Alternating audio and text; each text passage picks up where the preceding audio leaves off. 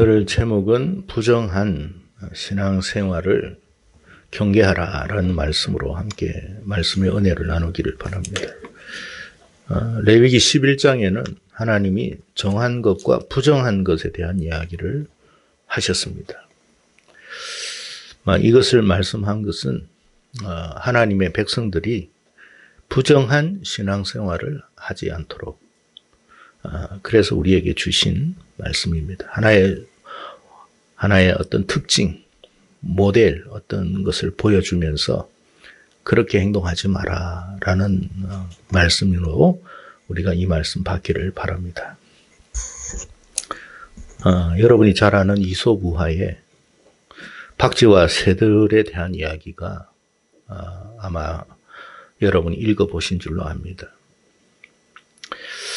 이 박쥐와 새들과 길짐승 간에 대한 이야기인데 새들과 길짐승이 서로 다툼이 일어났어요.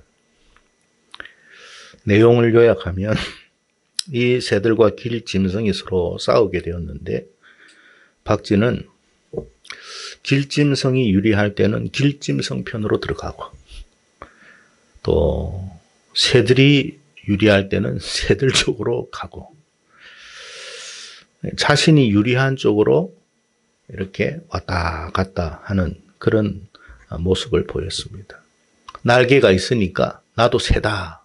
새들이 유리할 때는 나도 새다라고 새들 쪽으로 가고 또 길짐승들은 또 쥐가 특징이 있죠. 자기 쥐니까 나는 이렇게 길짐승이다라고 해서 길짐승으로 붙기도 했습니다.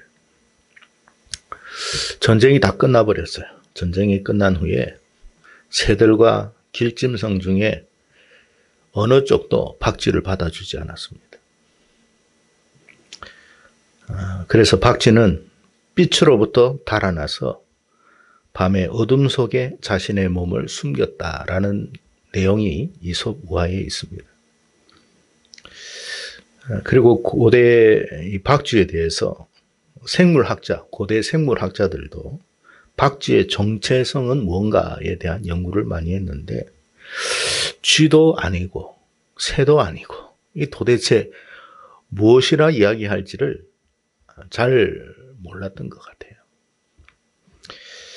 그래서 이 박쥐에 대해서 동양이든 서양이든 모든 우화 작가들의 문매를 맞은 대상이 박쥐가 아닌가 하는 생각을 합니다. 한마디로 간에 붙었다, 쓸개에 붙었다, 야비한 어떤 동물의 대명사로 취급을 받았습니다. 그래서 대체적으로 박쥐 같은 놈 이렇게 하면 어떤 조직에 대한 충성도가 낮고 자신의 이익에 따라 여기저기 붙어 다니는 사람을 일컬어서 박쥐 같은 놈이다, 기회주의자다라는 말을 하고 있습니다. 또 이런 이야기가 있어요. 중국 제나라 때 한 이야기인데 한 처녀가 결혼을 앞둔 정년 때에 두 남자로부터 청혼을 받았습니다. 동쪽 남자는 굉장히 부자인데 너무 얼굴이 못생겼어요. 반면에 서쪽 남자는 너무 잘생겼는데 또 지질이 가난해. 부모가 매우 고민을 했고 또 당사자도 이 일에 대해서 어느 쪽을 갈까 생각을 하다가 마침내 누군가를 정해야 되니까 어느 쪽을 선택할 거냐고 부모가 물으니까 그 여자가 낮에는 동쪽에 가서 밥을 먹고 밤에는 서쪽에 가서 잠을 자면 된다. 두 쪽 다 청혼을 받아들이면 된다. 그런 이야기를 했다는 것이 바로 동가식 서가숙 이야기입니다. 우리나라 속담에도 그런 말이 있죠. 간에 붙었다, 쓸개에 붙었다. 그런 이야기가 있습니다. 간과 쓸개가 같이 있어요. 같은 곳에 있는데 기능이 달라요. 간은 피를 깨끗하게 하는 정화적인 어떤 기능을 한다면 쓸개는 우리에게 소화력을 북돋아주는 그런 역할을 한다고 합니다. 그러니까 피를 좀 맑게 하고 싶을 때는 간에 붙었고, 좀 소화력이 안 될 때는 쓸개 붙는. 그래서 간에 붙었다, 쓸개 붙었다는 그런 어떤 속담이 우리 나라 안에 있습니다. 오늘 본문의 레위기 11장에 대한 이야기는 바로 이와 같은 이야기를 우리에게 하고 있는 것입니다.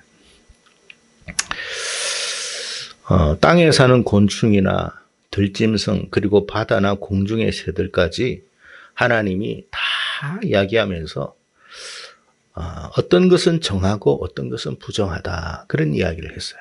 근데 사실은 이게 모두가 하나님이 만드신 창조물인데 이 어떤 특징에 대한 이야기를 하고 싶은 것이지 결국 이 존재 자체가 부정하다는 뜻은 아니에요.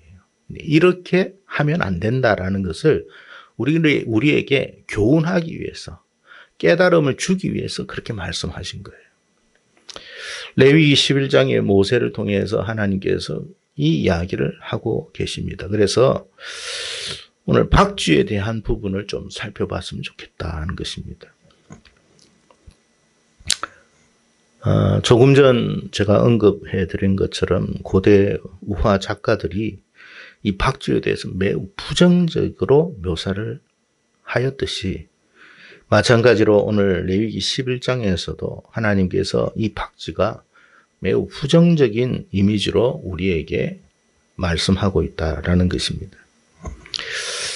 요약하면 신앙생활을 할 때에 기회주의자처럼 행동하지 말라, 그런 뜻입니다. 신앙과 불신앙 사이에, 교회와 세상 사이에 출타기 하면서 왔다 갔다 하지 말아라. 이것은 정하지 못하다, 부정하다. 하나님이 보실 때 부정하다라고 말하는 거예요. 우리가 어떤 유리한 쪽으로, 세상이 유리하면 세상 쪽으로, 또 교회가 또 유리하다 싶으면, 교회에 좀 유익이 있다 싶으면 교회 쪽으로 왔다 갔다 하는 그 마음, 그 모습, 하나님은 우리를 다 아시잖아요. 사람은 다 모릅니다. 관심도 없고, 그 사람이 세상에 가든 교회에 있든 왔다 갔다 하든 별 사람 관심 없어요. 근데 하나님은 그렇지가 않아요. 하나님은 정말로 정한 마음으로 신실한 신앙인이 되기를 바란다 하는 마음으로 우리에게 말씀하고 있는 거예요. 우리나라가 여러분도 아시다시피 70년과 80년대에 교회의 큰 부흥의 시기를 맞이했습니다. 그래서 여러분, 그때에 지금 말하고자 하는 것은 어떤 성도들도 마찬가지고 목회자들도 마찬가지. 굉장히 교회가 부흥했을 때는 자신이 마치 하나님 앞에 아주 신실한 복음주의자처럼, 그리고 성경을, 절대적 권위를 인정하는 사람처럼 강단에서 선포하고 또 교회에서 그렇게 생활을 했던 사람인데, 이제 흐름이 이제 좀 바뀌었어요. 이제 교회가 세상으로부터 외면당하기 시작하고 비난받기 시작하니까, 이제 이 교회 부흥인지 시들어지니까 이제 그 사람들이, 그렇게 복음주의적으로 행동했던 사람들이, 말했던 사람들이 말을 바꾸기 시작하는 거예요. 여러분이 그거 박쥐 같은 그런 사람을 분별할 수 있기를 바랍니다. 사람은 항상 한결 같아야 됩니다. 왔다 갔다 하면 전에는 이 말 했다가 후에는 저 말 했다가 자기 이익에 따라 왔다 갔다 하는 목회자들, 신학자들, 성도들 다 마찬가지예요. 정치인들도 마찬가지예요. 안 믿는 사람들이야 뭐 그건 말할 것도 없고.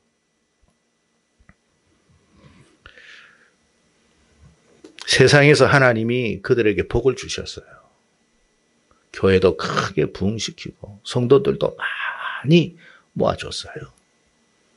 그래서 여러분, 대부분의 성도들이 참 그 목사님이나 신학자들이나 이런 사람들을 보면 굉장하다고 훌륭하다고 아주 신실한 하나님의 사람들이라고 그렇게 칭송을 하는데 오늘에 와서 그들의 하는 말들이 다르게 이야기하는 거예요. 하나님이 기뻐하지 않는 그런 것을 옹호하고 수용하자고 이야기합니다. 앞장서서 성소수자들을 옹호하고 받아들여야 된다. 그리고 성경이 유일무이한 진리의 책이 과거에는 유일무이한 진리의 책이라고 이야기하지만 오늘에 와서는 그렇게 말하지도 않아요. 사람이 만든 기록한 책인데 어찌 오류가 없겠는가. 여러분 성경이 오류가 있다고 말하는 순간 이건 신뢰 못합니다. 번역상에 오류가 있지 않느냐. 번역상에 오류가 있죠. 그러나 이 본질상의 오류는 없어요. 우리의 실수가 하나님의 실수는 아니에요. 하나님은 지금도 동일하게 역사하십니다. 그런데 그렇게 말을 해요. 그래서 사람들이 점점 어떻게 해요? 성경에 대한 불신을 갖게 해요. 그리고 과거의 어떤 문화적인 것을 이야기하면서 오늘날에 와서 그렇게 적용하는 것은 합당하지 않다. 그렇게 말합니다. 굉장히 논리적이고 아주 이해가 되게끔 말을 하지만 하나님의 말씀을 왜곡시키는 거예요. 그런 사람들이 있다. 그게 뭐라고요? 박쥐 같은 인생이다. 하나님은 과거나 현재나 미래도 동일하십니다. 하나님의 사랑은 우리의 과거에 우리를 사랑했던 그 사랑이 지금도 동일하시고 미래도 동일하십니다. 한 번도 변하지 않습니다. 하나님이 변한다면 과거에 우리가 신앙생활 잘했을 때는 우리를 사랑하시겠지만 지금 그렇지 않을 때는 사랑 안 해요. 하나님의 사랑은 똑같습니다. 부모가 자식이 조금 여러분 아주 멋진 모습, 훌륭한 모습이 있을 때도 기뻐하고 자랑하지만 안타까운 모습이 있을 때도 여전히 사랑하는 거예요. 안타까울 뿐이지 사랑은 변하지 않습니다. 하나님은 한결같은 분이에요. 마찬가지로 하나님의 자녀들도 그렇게 되기를 원해요. 근데 말이 달라져. 하나님이 그걸 알죠. 그걸 부정하다라고 하는 거예요. 사람은 항상 한결같아야 됩니다. 연약한 것은 맞아요. 연약하지만 변덕스러워서는 안 돼요. 늘 일정하고 동일하고 변함없고 그걸 하나님이 원하시는 거예요. 또 변하지 않도록 자기의 어떤 그 연약함을 하나님 앞에 기도할 수 있는 우리가 되기를 원해요. 하나님, 제가 참 연약합니다.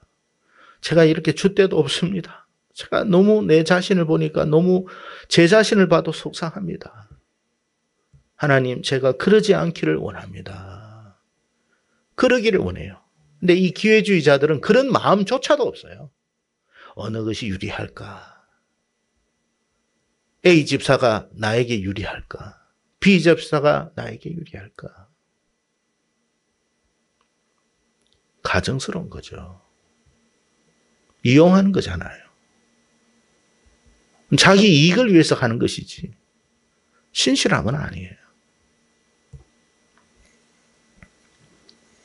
우리가 의인은 없나니 하나도 없다고 하나님이 말씀하셨어요. 모든 사람이 죄인이라고 그랬어요. 그러나 한 가지는 알아야 돼요. 이 죄인까지도 구원하신 하나님, 그 죄인을 구원하기 위해서 아들 독생자를 이 땅에 보내주신 하나님. 그래서 그 누구라도 죄인이라도 그 사실을 믿고 받아들이면 구원을 해주겠다고 약속하신 하나님이에요. 그 약속이 변합니까? 그 약속은 변하지 않아요. 똑같아요. 2000년 전이나 지금이나 앞으로도 똑같습니다. 그래서 우리가 하나님을 신실하다고 하는 거예요.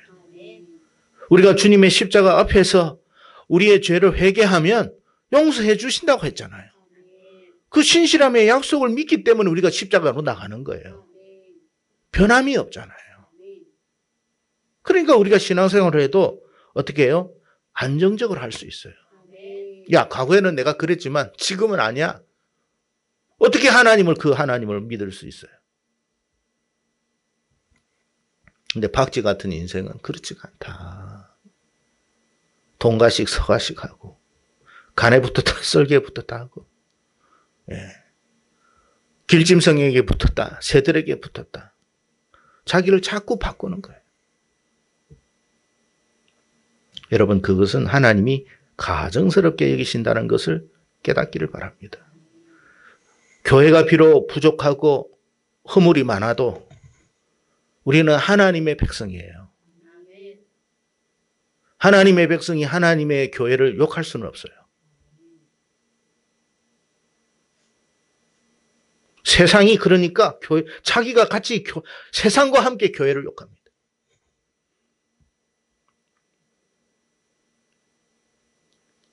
하나님의 백성은 그 교회를 품습니다. 그 교회의 부족함을, 허물을 위해서 기도합니다. 하나님 용서해 주십시오. 마치 내가 교회 안에서 벗어난 사람처럼. 그게 아니잖아요. 교회가 욕듣는 것은 나도 그 안에 소속되어 있는 사람이에요. 내가 그 모습이라는 뜻이에요. 그러니까 어떻게 하겠어요? 하나님 용서해 주십시오. 우리의 죄와 허물을 용서해 주십시오. 제가 부족해서 그렇습니다. 그게 정상적인 거예요. 자기는 쏙 빠지고 자기는 마치 그러지 않은 사람처럼. 하나님 굉장히 싫어합니다. 노아 이야기 항상 하지만 술 취해가지고 쓰러졌어요. 우리가 다 은혜로 구원받은 사람들이에요. 자기는 뭐 특별해서 구원받았습니까? 은혜로 구원받았어요.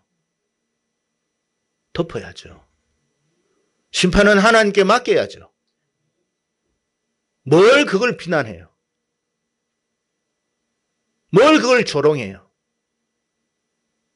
주님이 말씀하십니다. 네가 비판하는 그 비판대로, 형제를 판단하는 그 판단대로 내가 너를 판단하리라.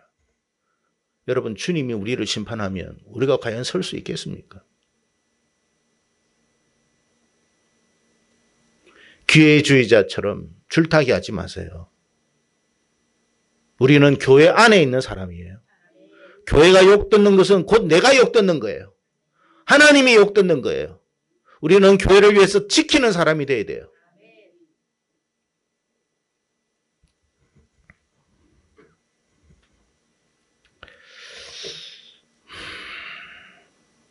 하나님께서 성전을 지을 때 백향목이라는 나무를 사용하셨습니다.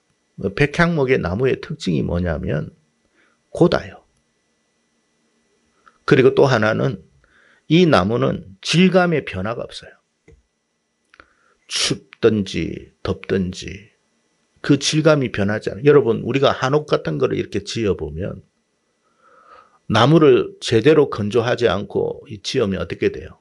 전부 다 비틀어집니다. 그래서 질감이 변하지 않는 질감으로 집을 지어요. 백향목도 마찬가지예요. 추위와 더위가 있어도 또 습도가 있어도 또 건조해도 그게 변하지가 않아요. 그걸 하나님의 교회로 썼어요. 그 나무로. 하나님은 우리가 그렇게 되기를 원합니다.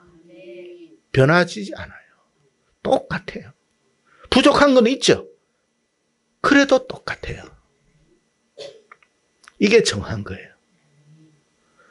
믿음 생활 열심히 했다가 지금은 열심히 안 해.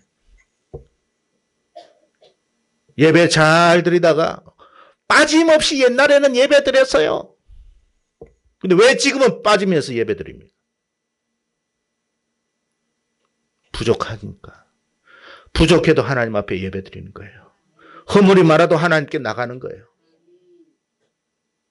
너무나 죄가 많지만 그래도 하나님께 가는 거예요. 그 변하지 않음. 가난해도 주님께 나가는 거예요. 하나님 제가 드릴 게 없어요. 그래도 주님 사랑해요. 안 드려도 돼요. 주님 앞에 나오면 되는 거예요. 우리가 뭘 할 수 있겠습니까, 여러분? 우리가 성공하면 주님 앞에 나옵니까? 성공 안 해도 돼요. 자식이 뭐 성공해야 자식이고 성공 안 하면 자식 아닙니까? 세상에서 실패해도 괜찮아요. 자식이니까. 세상 사람들이 욕을 해도 괜찮아요. 자식이니까.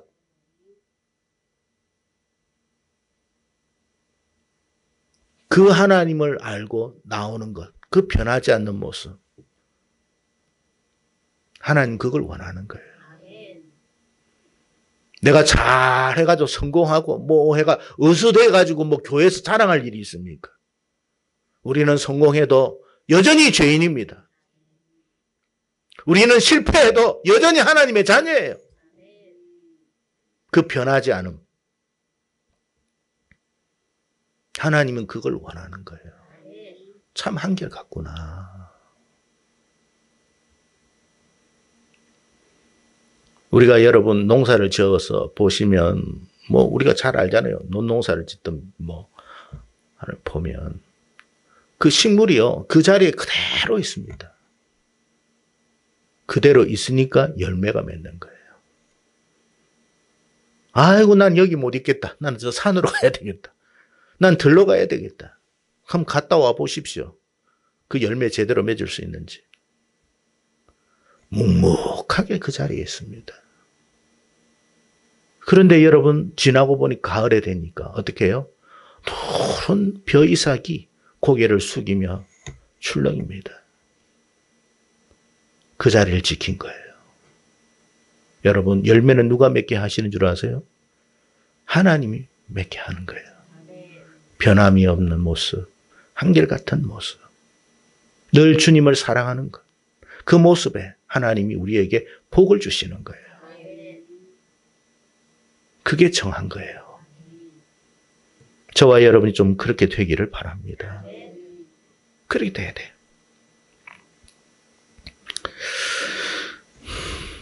잠언 20장 10절에 이런 말씀이 있습니다. 한결같지 않은 저울추와 한결같지 않은 되는 다 여호와께서 미워하시느니라. 그러니까 반대로 이야기하면 하나님은 한결같은 걸 원하는 거예요. 그러니까 이게 무슨 말이냐. 저울추가 사람마다 달라. 이 사람에게는 제대로 해. 저 사람에게는 사기쳐. 한결같지가 않죠. 대도 마찬가지예요. 똑같은 그릇에다가 어떤 사람은 뭐 팍 하고 어떤 사람은 그 대가 안에는 반쯤 차 있어요. 똑같은 겉은 똑같아요. 근데 안에는 없어. 하나님 미워하신다. 근데 공동번역에 보니까 이 미워하신다는 단어를 역겨워하시는 짓이다라고 번역을 했더라고요. 여러분, 우리는 못난 인생입니다. 부족합니다. 늘 그 한결같기를 원해요. 그러면 우리 인생을 누가 책임져요? 하나님이 책임지는 거예요. 우리가 잘했기 때문에 책임지는 게 아니고 잘하든 못하든 한결같기에 책임지시는 거예요. 일정하고 변하지 않고. 우리가 세상에 살 때 부족한 게 너무 많아요. 그래도 주님께로 나와요. 아버지 하고 옵니다. 엄마 하고 옵니다. 여러분 자식이 그렇게 올 때 문 닫습니까? 문 열어주죠. 어서 와라. 밥은 먹었냐? 좀 쉬어라. 행색을 보면 알 거 아닙니까? 세상에서 얼마나 치였는지, 얼마나 무시당했는지 행색을 보면 부모가 모르겠습니까? 살아온 경륜이 있는데. 그래도 받아줍니다. 내 새끼니까 그런 거예요. 엄마라고 찾아오니까 받아주고 아버지라고 하니까 받아주는 거예요. 그걸 하나님이 기뻐하시는 거예요. 우리의 신앙의 태도가 그렇게 되기를 하나님이 원합니다. 여러분 인간관계 속에서 누군가가 여러분을 동가식 서가식처럼 이용한다면 여러분 좋겠어요? 여러분과 사귀는 어떤 사람이 여러분하고 너무 이렇게 사랑한다고 이야기하면서 또 한편에 핸드폰에 다른 사람의 이름이 저장되어 있고 그하고 관계를 가진다면 여러분 마음이 어떨 것 같아요? 분노가 일어나겠죠. 여러분, 사람이 서로 사랑하고 사귈 때는 부족한 모습이 있어도 사랑하는 거예요. 완전하기 때문에 사랑하는 게 아니에요. 부족하지만 품는 거예요. 하나님도 마찬가지예요. 한결같기만 하면 돼요. 한결같은 거. 그래도 저 사람은 좀 부족한 게 있어도 항상 한결같다. 변함이 없어. 그게 정한 것이에요. 신앙생활 우리가 여러분 특별히 할 거 없어요. 하나님은 특별한 걸 우리에게 요구하시지도 않아요. 그저 한결같기를 원해요. 늘 일정하고 변함없이 꾸준하게. 여러분 직장 생활할 때 여러분 직장의 어떤 상사나 누군가가 혹은 리더가 볼 때 여러분 그 후배나 누군가가 올 때 동료들이 올 때 늘 한결같은 사람이 좋아요? 아니면 이랬다 저랬다 하는 사람이 좋겠습니까? 성도 여러분, 우리는 박쥐 같은 그런 신앙생활을 하지 않기를 바랍니다. 교회가 점점 힘들어져 가고 있어요. 그래도 우리는 교회를 사랑해야 돼요. 그리고 교회를 품어야 돼요. 남들이 교회를 욕해도 최소한 우리는 교회를 욕하면 안 돼요. 그 허물과 그걸 우리가 품어야 돼요. 기도해야 돼요. 용서해 달라고. 그것을 하나님이 기뻐하시는 거예요. 그런 저와 여러분 되기를 바랍니다. 그리할 때 하나님이 반드시 복을 주세요. 복은 하나님이 주시는 거예요. 여러분의 인생이 남은 생애가 하나님이 주시는 그 귀한 열매로, 가을에 이제 추수 때 아닙니까? 이제 남은 생애가 하나님이 주시는 그 열매로 풍성해지는 놀라운 축복의 역사가 여러분의 삶 속에 있기를 주의 이름으로 축복합니다. 기도하겠습니다.